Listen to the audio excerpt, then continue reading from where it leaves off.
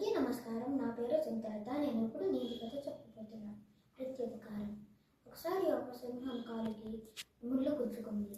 అది నొప్పితో బాధపడుతూ తన కళ్ళతో తీయాలని ఎంత ప్రయత్నించినా కానీ అది రాలేదు. అది కుంటుతూ గొర్రెల కాపరి దగ్గరకు వెళ్ళింది. గొర్రెల కాపరి సింహం రావడం చూసి వెనకాలకి తిరిగి పారిపోదాం అనుకున్నాడు. ఎంత దూరం పరిగెత్తినా కానీ అది వచ్చి పట్టుకొని చంపేస్తుంది. అందుకని తనకి ఒక ఆలోచన వచ్చింది. చుట్టుపక్కల ఉన్న చెట్లు ఎక్కి తన ప్రాణాలు కాపాడుకుందాం అనుకున్నాడు. చుట్టుపక్కల చూస్తే ఒక్క చెట్టు కూడా లేదు. అంతలోపే సింహం తన దగ్గరికి వచ్చింది. తన దగ్గర కూర్చొని తన కాళ్ళు చాపింది. అది తన సహాయం అడుగుతుంది అనుకున్నాడు గొర్రెల కాపరి. ఆ ముళ్ళుని తీశాడు గొర్రెల కాపరి.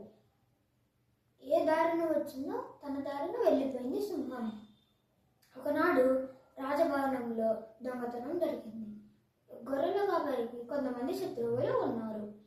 వాళ్ళు తన మీద నింద వేశారు. రాజు తనను బంధించాడు.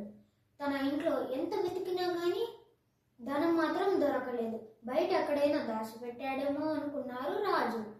తన భటులకు ఆజ్ఞాపించాడు, గొర్రెల కాపరిని సింహానికి ఆహారంగా వేయండి అని. గొర్రెల కాపరికి భయం మొదలైంది. గొర్రెల కాపరి సింహం దగ్గరికి వెళ్ళగానే సింహం తనను గుర్తుపట్టింది. ఒకనాడు నన్ను ముళ్ళు నుంచి కాపాడిన వ్యక్తి అని. తన చుట్టూ తిరిగి తన దగ్గర కూర్చుంది. అది రాజు చూసి ఆశ్చర్యపోయాడు. రాజు అడిగాడు, ఏమైంది అని. గొర్రెల కాపరి జరిగిన కథ అంతా చెప్పాడు. సింహం లాంటి క్రూర మృగాలే తనకు చేసిన మేలును మరవలేదు.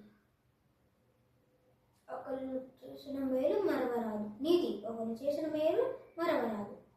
ధన్యవాదాలు.